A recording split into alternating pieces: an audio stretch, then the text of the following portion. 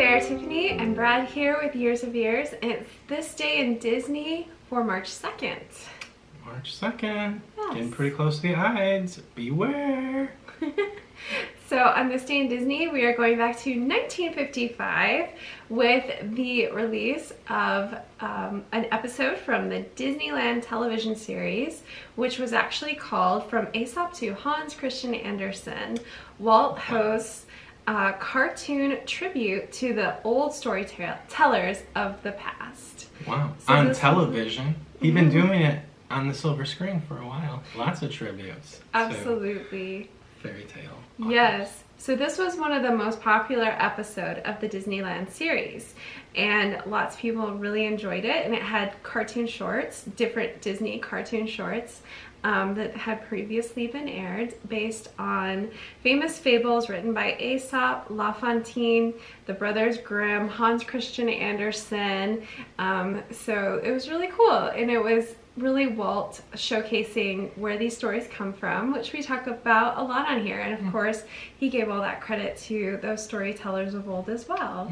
Was this color? This was it? Yeah, Okay. it's in color, and it's lots of fun, and I really enjoyed the cartoons that they picked. And there's a whole thing towards the end where Hans Christian Andersen speaks and talks about his childhood and growing up, and like how, you know, he was born into, you know, a poor family, but his desire to write was so strong, to tell stories, really.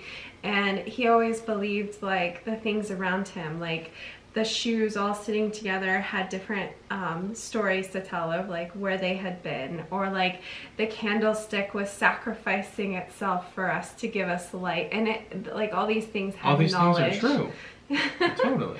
Yeah, so as a little small child, he was just super driven by the desire to tell of stories, and just everything around him was just full of life and beauty and fantasy. And so I thought that was really cool to hear from him in this episode. I wonder how close this was in release to the movie Hans Christian Andersen with Danny Kaye, because this was 1955. I think that very excerpt close. might come from that. Okay. Yeah. Okay. Very good. Yeah. Very nice. So some of the other things that, like, excerpts. So you had the tortoise and the hare, the country cousin, the ugly duckling, and the Mickey Mouse short, Brave Little Tailor.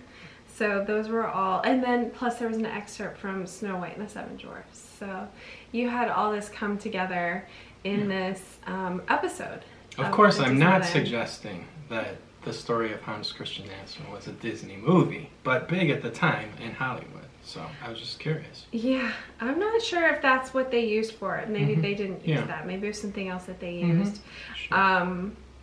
But I'm pretty sure they referenced it. Yeah. So it was really cool, and I enjoyed how they used different previous cartoons, and which they do at the Disneyland show, to showcase these storytellers and their stories that, you know, the Disney company itself had animated and created into cartoons. So very nice. it was very, very fun to watch.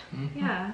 Awesome. And I love hearing Walt talk about it. And in the beginning, coming in, and he's in his office. I love that with the Disneyland show when he comes out and has everything around him, and he's so good at that. We cherish these works beyond, like, the Disney movies as well. We buy, like, hardbound collections of the Brothers Grimm and of authors and their collections. We love these tales. Yeah. So, I mean, it's so good to be celebrated, and honestly, not celebrated enough anymore. I mean, before, you know, we have so many choices and options and so many authors and characters and IP that we love, but these are not to be forgotten. Oh, for sure. So. Absolutely. These are good tales, and we reference it on This Day in Disney all the time when we're talking about films and stuff, because they're a source of so many of the Disney films and cartoons that we enjoy.